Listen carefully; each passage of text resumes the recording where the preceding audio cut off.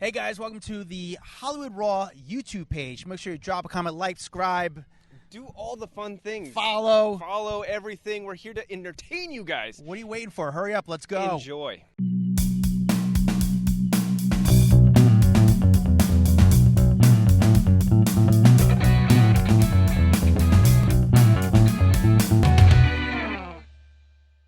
Welcome to the Hollywood Raw podcast. It's time for our Raw Rundown. I'm Dax Holt, joined by Adam Glyn out in New York. Hello, my friend. How are you today?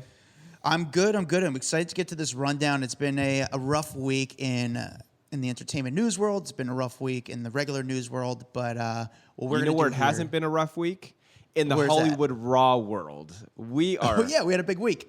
We had a huge week. I have never been to 44 on the all-around podcast chart.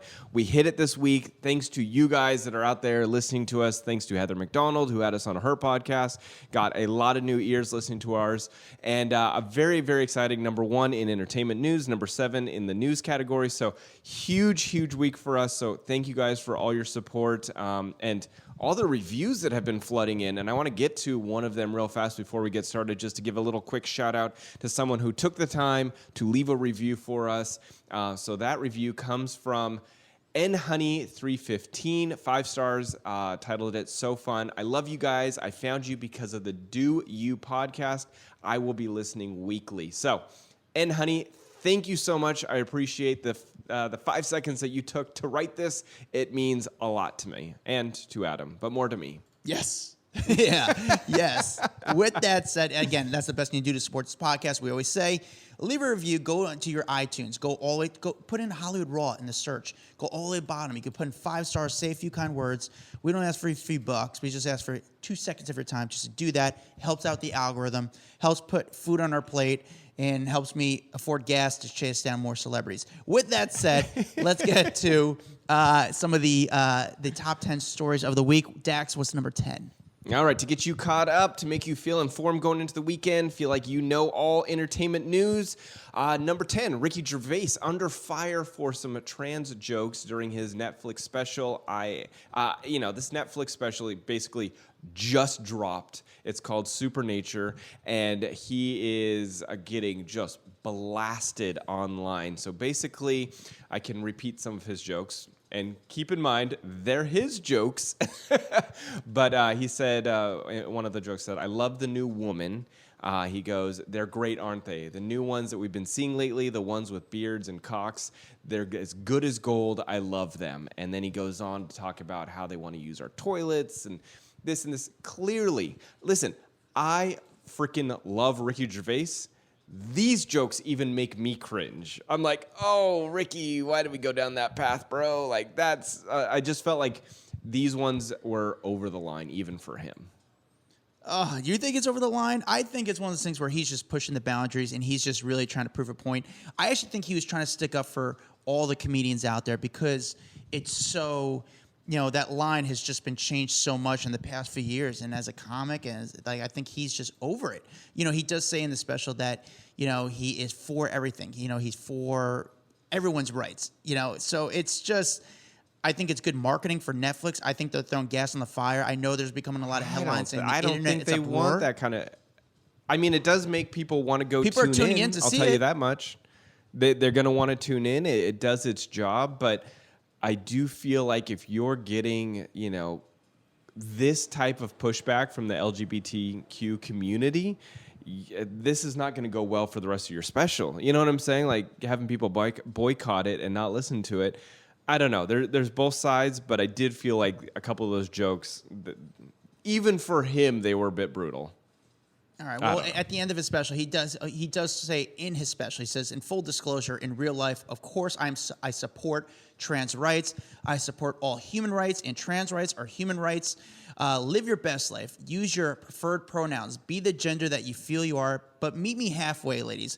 Lose the cock. That's all I'm saying. Oh God.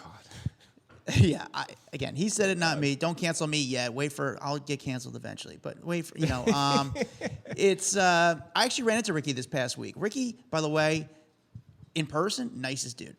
Great guy. Always gives me, his time. Very nice, very cool, very low maintenance, very easy to work with. That's just a personal story awesome. about Ricky Gervais. All right, Dax, All number right, 9. speaking of canceling, let's get to number 9. Josh Duggar sentenced to 12 years for child porn. I mean, we all saw this coming. This has been a debacle and a half. So the former 19 Kids and Counting star was sentenced to 151 months or 12 years and 7 months in prison Wednesday for receiving and possessing child porn.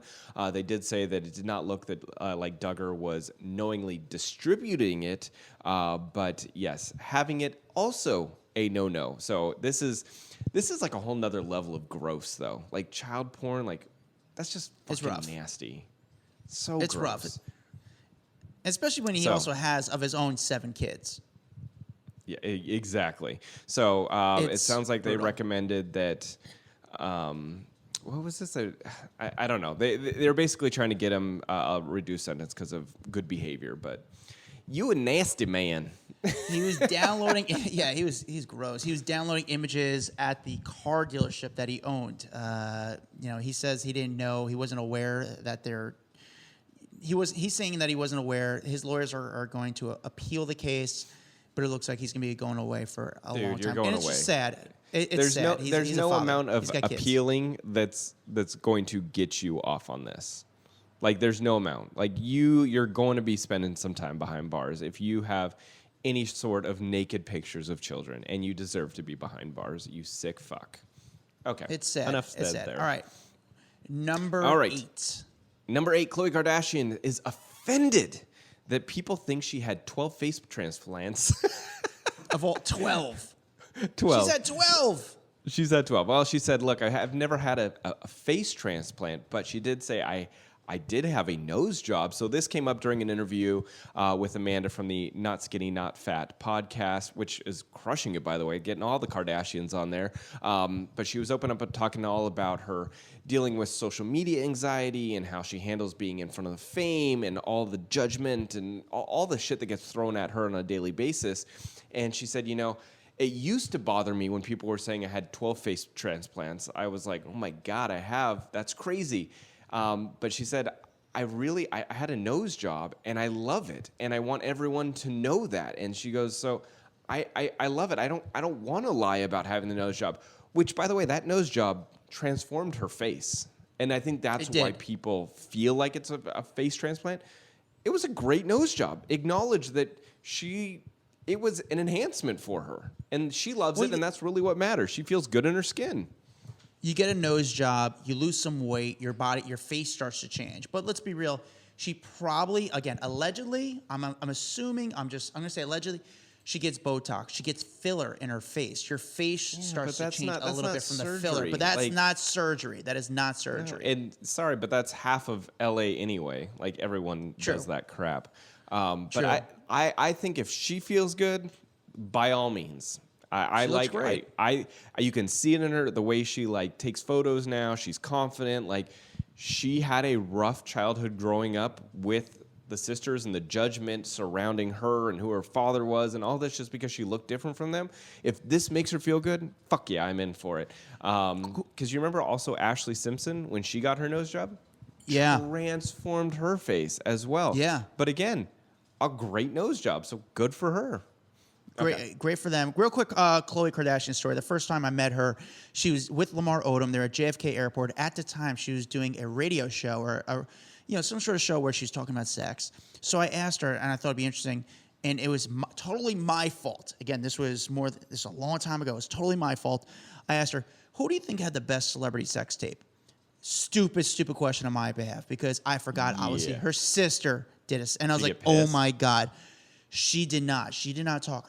Lamar got really pissed. Lamar is like, yo, listen, he wouldn't talk to me. He's like, and as soon as I said it, then I realized. I just didn't think, she was talking about sex. And I was like, oh, this could be fun, sex tape. And then I totally forgot. I know, one of the most famous sex tapes, you forget about that. Stupidity on my behalf.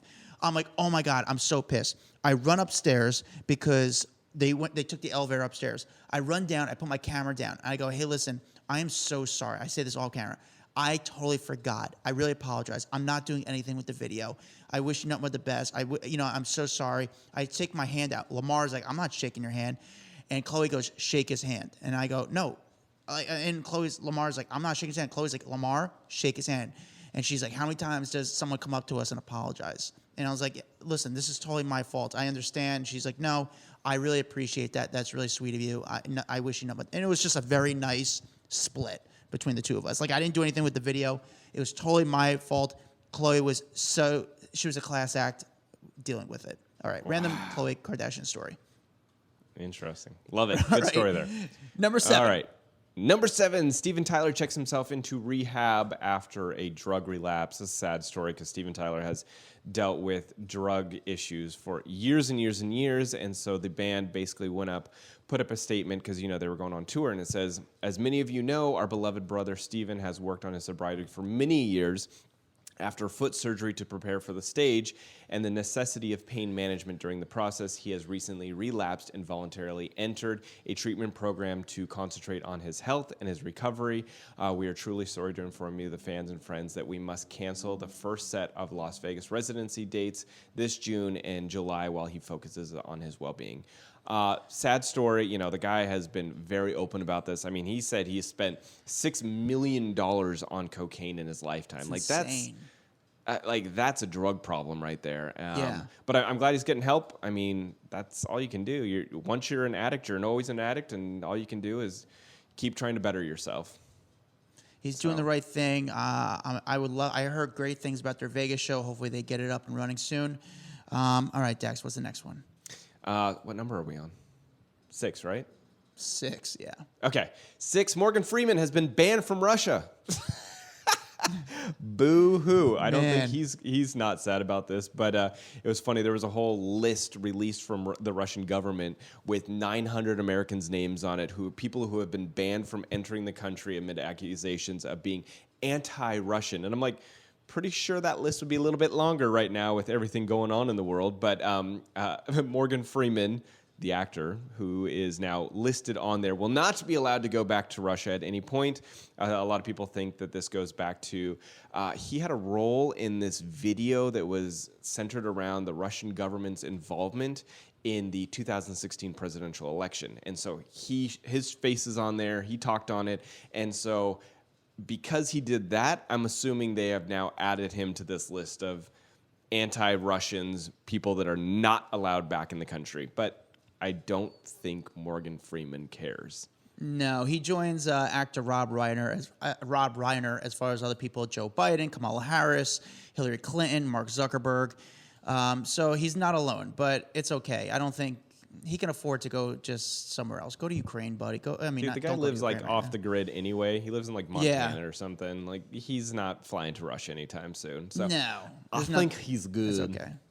All right, he's good. Coming in at number 5, the early reviews for the new Elvis movie. It sounds horrible. I didn't like the trailer.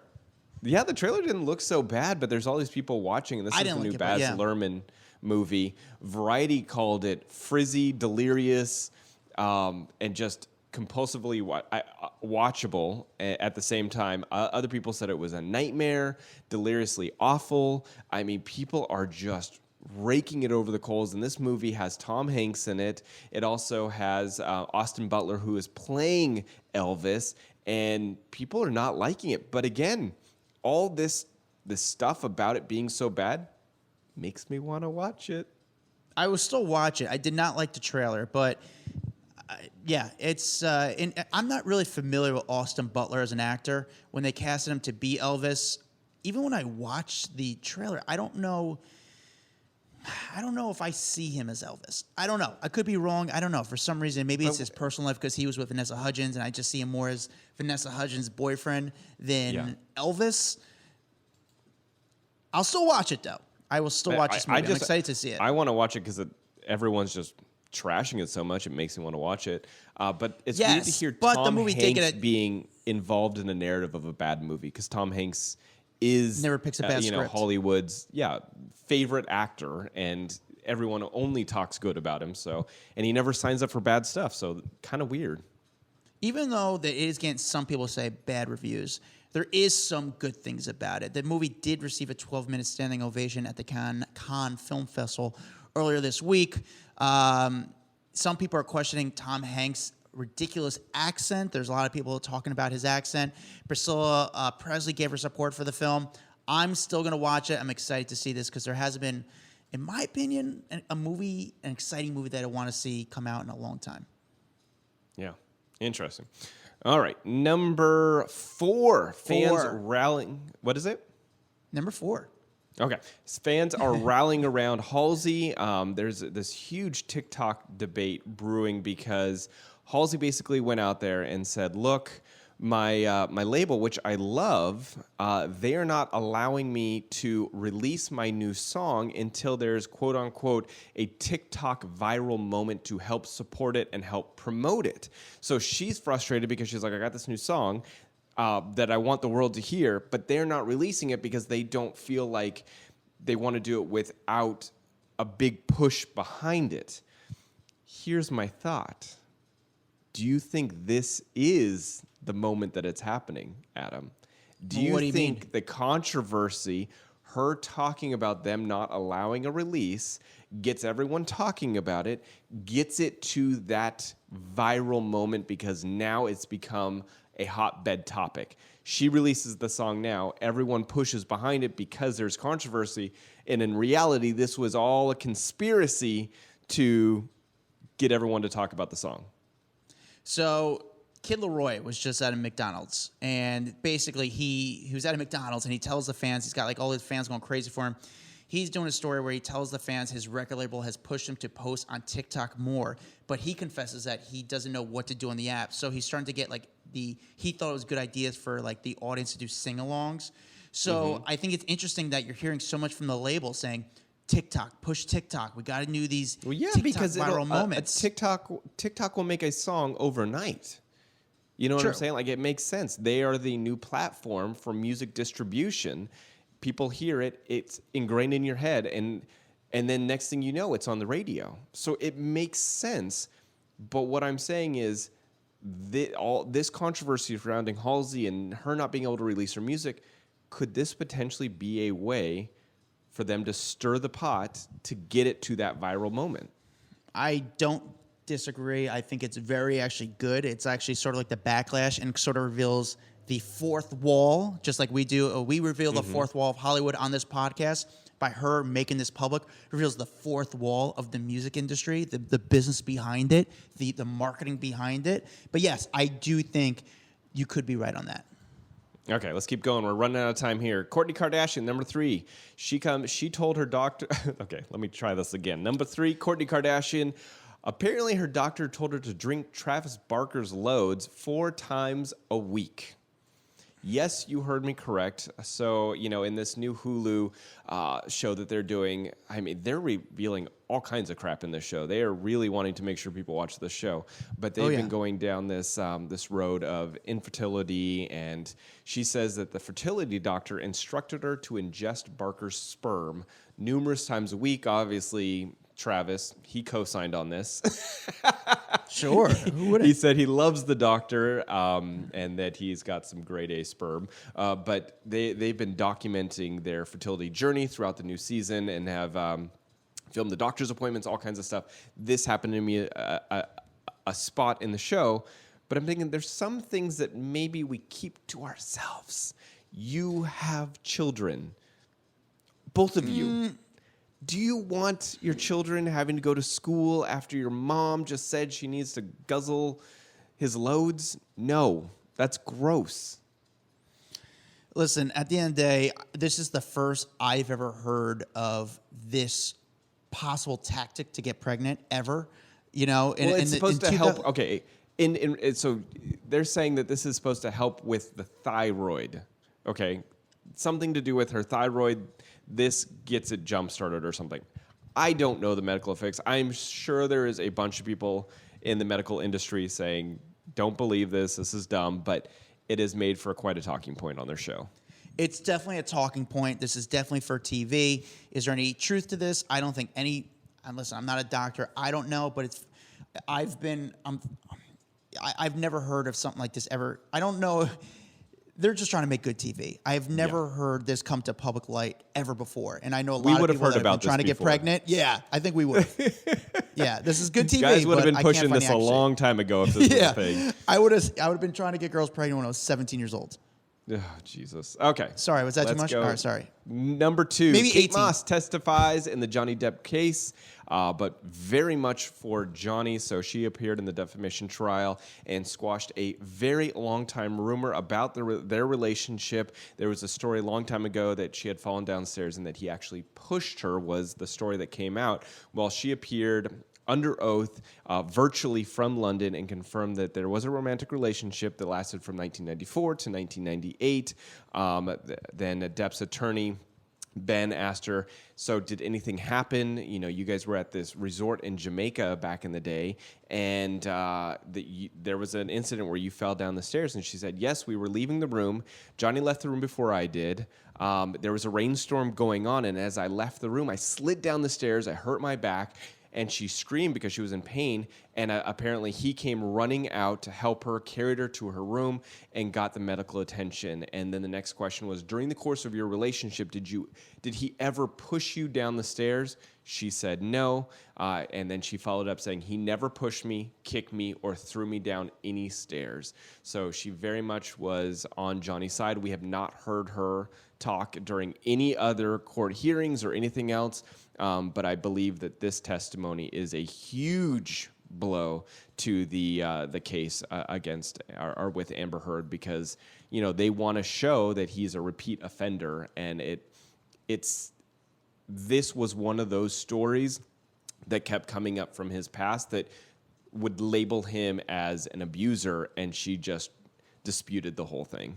So Dax, let me ask you this: was this the big moment of the Johnny Depp case this week, or was it when an ex-TMZ staffer, Morgan Tremaine, who we both know, was on the stand and spoke on his involvement with allegedly with Amber kind of leaking stories to the media? Yeah, it was interesting. It was funny to see him out there. I mean, I've worked so close with Morgan for so many years, so to see him out there, and I was a little confused why he was there, to be totally honest with you, because I felt like, yes, he talked, but he didn't really have any substantive information. You know what I'm saying? Like that moment where you're waiting for him to say, oh, I kept waiting, is he going to say something that is groundbreaking that I didn't even know, and but we know, but that's also, we also know the industry, so we just know what goes on. Yeah, but I'm saying when the judge was I wanted him to say something like, oh, Amber hit us up or something, but he didn't have that, and I don't even know if that's true. You know what I'm saying? It was almost like he alluded to it, but there wasn't that final confirmation. Evidence. And so I was like, oh, why are you there? You know what I'm saying? It's cool. The best part was when he fired back at her lawyer. Amber's lawyer said, seems like you're looking for your 15 minutes. And he goes, well, I'd like to say the same for you. You're representing Amber Heard, so clearly you're doing it as well. That was a great moment. But it was just funny to see him there in the first place. I don't know. I know. It definitely, Morgan was my supervisor for 2 months. I got nothing bad to say about him. He's a fine guy. I don't really talk to him, but fine guy. He was my supervisor. He was the person who would kind of be almost like a dispatcher. So yes, he was. I don't know if he knew the exact information that was going on. However, he got hit up saying, hey, we need to send someone told him to send the camera to the lawyer's office. That's what he did. Someone told him to send the camera guy. All that information is you get those tips all the time. I don't know. It's just sort of a game too. So it's almost I'm not going to get myself in trouble with TMZ, and I definitely don't need a subpoena from Johnny's team. So I'm going to move the fuck along here. All right, what's next? All right, number 1, Ellen DeGeneres is signing off on her show after 19 seasons, and this comes, 2 years after the allegations of it being a horrible work environment. I mean, a toxic work environment. We've even talked about it. We did the Biggest Assholes in Hollywood episode a couple weeks ago and talked a little bit about Ellen and the stories that we know happened and from people that we've talked to that worked there. But it didn't have this big fanfare like Oprah did when she signed off. When Oprah signed off, it was the biggest event in television daytime history. All these people were there: Tom Hanks, Madonna, Stevie Wonder, Will Smith, like just huge. And Ellen basically did it as a normal episode and kind of said, "Okay, goodbye." And I just thought that was kind of shocking. Yeah, I would like to see a good speech. I want to see something her just thanking the crew, she just did like a normal episode and kind of like, I don't know. You wonder like what you would like to see as the last episode. Do you want to see her best moments? Do you want to see her bring up people? Do you think that because of the scandal, that's why they're not doing a big fanfare? Like Oprah didn't have the big scandal, so she had this like huge goodbye. I mean, they're all honestly two different shows, though. Like, Oprah's more of a lifestyle show, where Ellen's more of like an interview show. So maybe it's done on purpose. But I'm surprised 2 years ago, if you said this was the last show, I would have expected the biggest event in Hollywood. And it's not. Yeah. And it's not that. Yeah, I think after that scandal, I don't think they want to bring that back or bring the attention towards that and bring people to start talking about it again. It was a very successful show. It was a great show. Ellen was great at what she did, and it's going to be huge. Listen, Kelly Clarkson's doing very well. There's other shows that are doing well, but I don't know if anybody that's doing shows right now can do what Ellen did. I mean, that's how big of a show. Her show was just that great. No, for sure. But then I just want to add one more story to the week. Ray Liotta has passed away. The great actor. Just Hollywood legend passes away at 67. Right. He was in Dominican Republic filming a movie. He was with his fiance. As right now, there is no suspicion. They're not really. There's no foul play suspected. So he passed away in his sleep. He's been in a bunch of movies, obviously, Goodfellas, and he was in Field of Dreams and Copland, and even Operation Dumbo Drop. He was from my hometown of Union, New Jersey. I've met him a few times. He was in my high school Hall of Fame, which, Dax, did you have a high school Hall of Fame? I don't know. Okay, that's good. We had, like, are you talking about, like, celebs that went to your high school? Yeah, like, who was the most famous alumni most famous person that came from your high school? I went to a couple different high schools. So in Colorado, it was Amy Adams. And then in California, I want to say Chevy Chase went there, but also like Milo Ventimiglia. Oh. So we had some like decent people go to our school. Those are some big. Ray Liotta was the biggest celebrity to come from my hometown. Then it was like Robert Wold and Artie Lang, but probably Ray Liotta. My town was known from Ray Liotta, especially being in an Italian-American area where I grew up. That was just Ray Liotta was king. But rest in peace, Ray Liotta. Legend, union guy, nice guy. But thank you guys for listening. Make sure you guys leave a review. Go to iTunes, put in Hollywood Raw, go all the way to the bottom. See, it says leave a review. Put 5 stars, say a few kind words. Thank you to the new listeners. Thank you to the old listeners. We appreciate you. Follow us on TikTok, Instagram, Twitter, Facebook. We're on it all. Follow Dax Holt on Instagram. Follow Adam Glyn on Instagram. We'll see you guys next time. Bye. What's up, guys? If you like that video, there's plenty more that came from. Make sure you like, subscribe, hit the bell, so we can just feed you all the goodness daily. Hurry up. Come on, let's go.